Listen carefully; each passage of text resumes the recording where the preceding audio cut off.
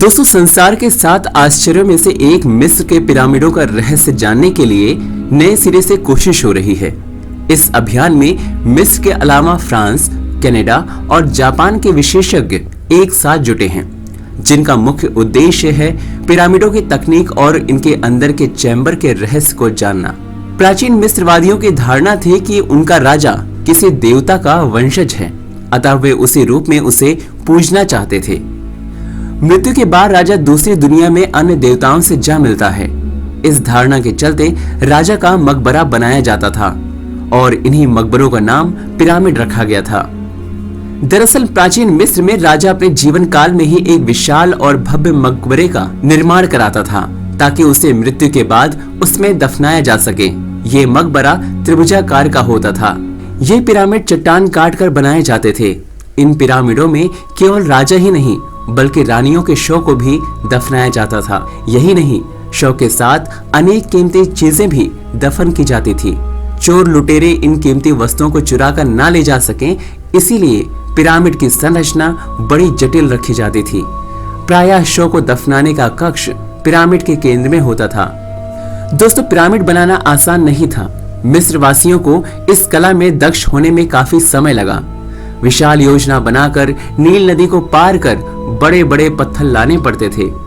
Pyramid बनाने में काफी मजदूरों की आवश्यकता होती थी।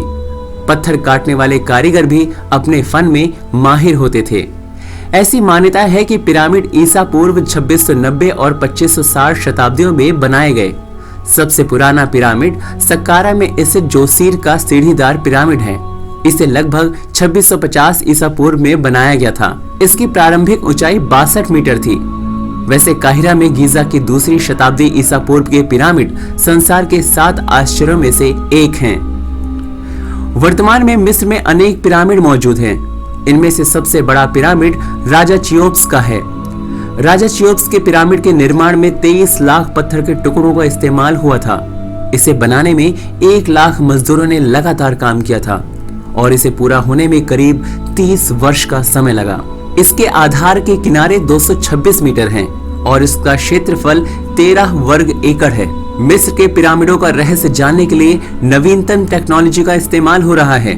इस दौरान जानने का प्रयास किया जाएगा कि इन पिरामिडों को किस तकनीक से बनाया गया है और इनके अंदर ऐसे चैम्बर तो नहीं हैं जिन्हें अब तक नहीं खोला जा सका है। इसके लिए इंफ्रारेड कारियोग्राफी का इस्तेमाल किया जाएगा। ये तकनीक किसी चीज से निकलने वाली इंफ्रारेड ऊर्जा और उसके आकार वगैरह की पहचान करती है और फिर उसके जरिए छिपी हुई चीज का पता चलना आसान हो जाता है। 3D लेजर स्कैन तकनीक में से किसी चीज के अंदरूनी हिस्से के आकलन में मदद मिलेगी। इससे स्कैनिंग के बाद उसकी 3D इमेज बनाई जाएगी। कॉस्मिक डिटेक्टर तकनीक के जरिए भवनों के अंदर गए बिना उनके अंदर रखी चीजों का पता चल जाता है और उस चीज को नुकसान भी नहीं पहुंचता। विचार यह है कि पिरामिड की बनावट की अंदरूनी जानकारी जुटाकर 3D इमेज बनाई जाए। मिस्र के गीजा की पिरामिड पर किए जा रहे एक थर्मल स्कैन प्रोजेक्ट में रहस्यमयी हीट स्पॉट्स नजर आए हैं। स्कैन पिरामिड नाम से चलाए जा रहे इस प्रोजेक्ट में पिरामिड के इंफ्रारेड थर्मल को स्कैन किया गया और सूर्योदय व सूर्यास्त के समय जब तापमान में बदलाव आता है तो उस समय इस स्कैनर के जरिए ये स्पष्ट नजर आता है। वैज्ञानिकों का मानना है कि इन पिरामिडों में खास तौर पर सबसे बड़े खुफू पिरामिड में और कब्रें और गलियारे मौजूद हैं, जिनके बारे में अभी भी दुनिया के लोग नहीं जानते। मिस्र, जापान, कनाडा और फ्रांस के वैज्ञानिक और साथ ही साथ आर्किटेक्ट इस प्रोजेक्ट पर काम कर रहे हैं। एक समय था जब यहाँ लोगों की इतनी भीड़ होती थी कि मिस्र के पिरामिडों की तस्वीर लेना भी दूभर होता था। 2010 में यहाँ 1.5 करोड़ पर्यटक आए थे। वहीं 2014 में उनकी संख्या घटकर 90 लाख रह गई। आज IS के बढ़ते खौफ के चलते पर्यटक हजारों साल पुरानी इस अद्भुत कलाकृतियों को देखने की हिम्मत नहीं जुटा पा रहे हैं। आतंकी घटनाओं के चलते पर्यटक अपनी जान जोखिम में नहीं डालना चाहते। कभी लाखों पर्यटकों की भीड़ से गुलजार रहने वाला ये विश्व विख्यात पर्यटन स्थल आज वीरान पड़ा है और इक्के दुक्के लोग ही यहाँ नजर आते हैं। पर्यटन व्यवसाय को हुए बड़े नुकसान का खामियाजा स्थानीय लोगों को भुगतना पड़ता है। हालत ये है कि उन्हें फाके करने पर मजबूर होना पड़ रहा है। मिस्र में कुछ समय से पिरामिडों पर चल रहे शोध में वैज्ञानिकों को बड़ी जानकारी हाथ लगी है। वैज्ञानिकों और मिस्र सरकार के अधिकारियों का दावा है कि वैली ऑफ किंग्स में तूतनखामन की मम्मी के नीचे और भी कमरे हैं, जिनमें ऐसे राज हैं जिनके बारे में अभी कोई जानकारी नहीं है। आर्कियोलॉजिस्ट निकोलस रीव्स के अनुसार तूतनखामन की मम्मी को एक बाहरी चैम्बर में रखा गया है, जिसके नीचे और कमरे और गलियारे हो सकते हैं, जिनमें सामान व ममीज हो सकती हैं। रीव्स का कहना है कि तूतनखामन की कब्र को असल में रानी नेफरतीती के लिए बनाया गया था। विशेषज्ञों के अनुसार तूतनखामन की कब्र के नीचे किसी अन्य कमरे में नेफरतीती की कब्र हो सकती है। ऐसा माना जाता है कि लगभग 3000 से 3500 साल पहले तूतनखामन की मौत हुई और उस समय उनकी उम्र महज 13 साल के आसपास थी। 1922 में तूतनखामन की मम्मी को खोजा गया। ब्रिटिश पुरातत्ववेत्ता हॉवर्ड कार्टर ने फराओ की इस मम्मी को ढूंढा था। मम्मी ने ताबीज पहन रखा था और पूरा चेहरा सोने से बने मास्क से ढका हुआ था। कार्टर और उनकी टीम ने फराओ के चेहरे से मास्क भी उतारा था और कहा जाता है कि अब तक केवल 50 लोगों ने तूतनखामन के चेहरों को देखा है। इस मम्मी को एक ताबूत में रखा गया था और जब प्राचीन शासक के इस शरीर को इससे बाहर निकाला गया तो उसका चेहरा झुर्रीदार और काला था। हालांकि बाद में वापस मास्क लगा दिया गया था। उनकी कब्र से सोने और हाथी दांत की बनी ढेरों कीमती चीजें मिली थी। राजस्थान की रेत दिन में जितनी शांत दिखाई देती है, सूरज ढलने के साथ ही ये खामोशी उतने ही सिरहन पैदा करती है। ऐसी ही खामोशी को समेटे है राजस्थान का एक जिला बाड़मेर। बहुत समय तक गुमनामी की चादर लपेटे ये जिला अब राजस्थान का एक प्रसिद्ध पर्यटन स्थल बन रहा है, जिसकी वजह है किराडू का मंदिर। बाड़मेर में एक जगह है किराडू।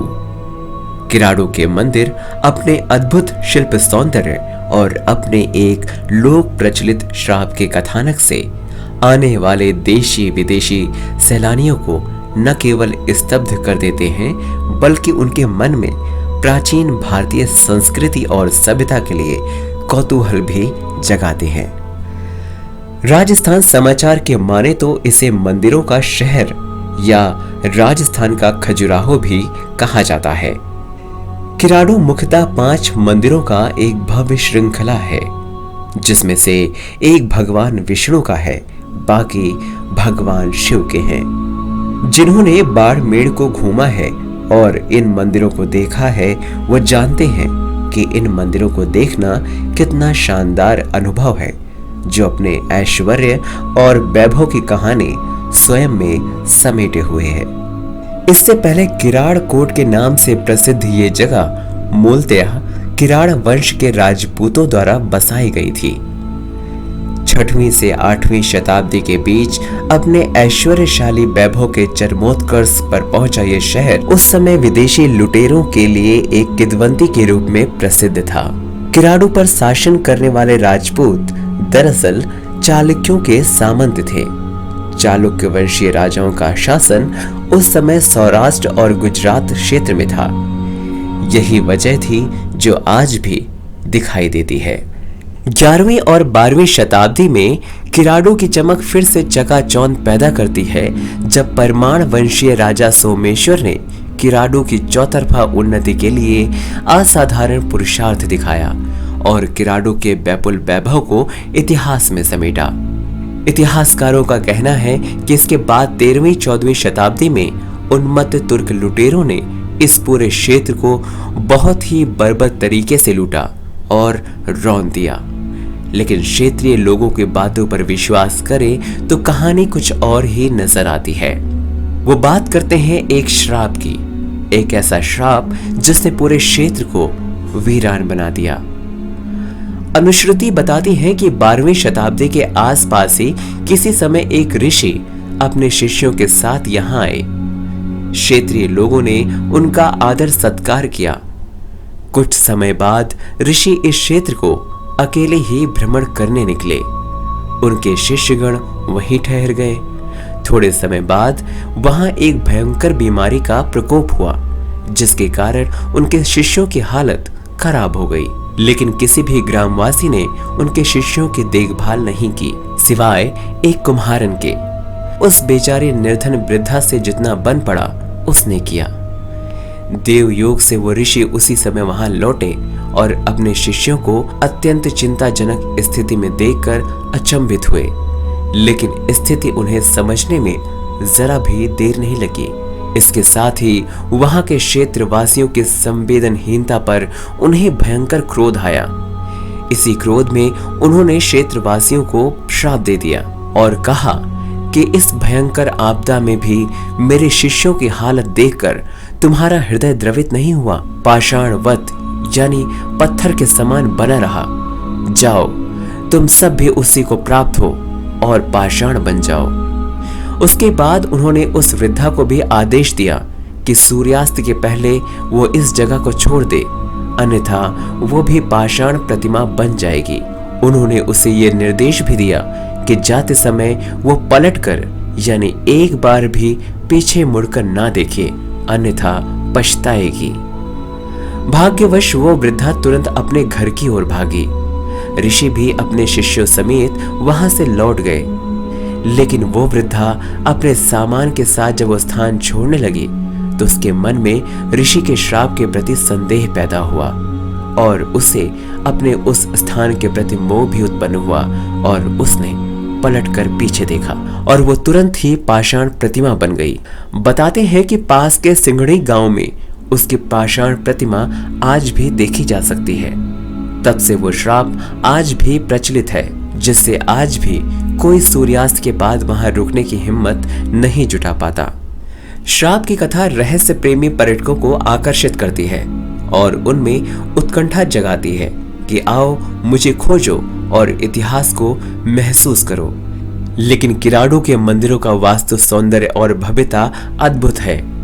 दैव निर्मित होने का आभास दिलाने वाली प्रतिमाएं, स्तंभ, मंडप और गर्भगृह न केवल इसे राजस्थान के खजुराहो की उपमा से संवारते हैं, बल्कि भारतवर्ष के गौरवशाली अतीत की भी झलकियां दिखाते हैं। रहस्यमय समूह भारतवर्ष के केंद्र सरकार और राजस्थान के राज्य सरकार से ये निवेदन करता है कि वो भारतवर्ष के ऐसे गौरवशाली धरोहरों का निरंतर संरक्षण और संवर्धन करे। दोस्तों, आज के इस वीडियो में इतना ही। आपको ये वीडियो कैसा लगा कमेंट करके हमें जरूर बताएं। साथ ही साथ इस वीडियो को लाइक और शेयर जरूर करें। धन्यवाद।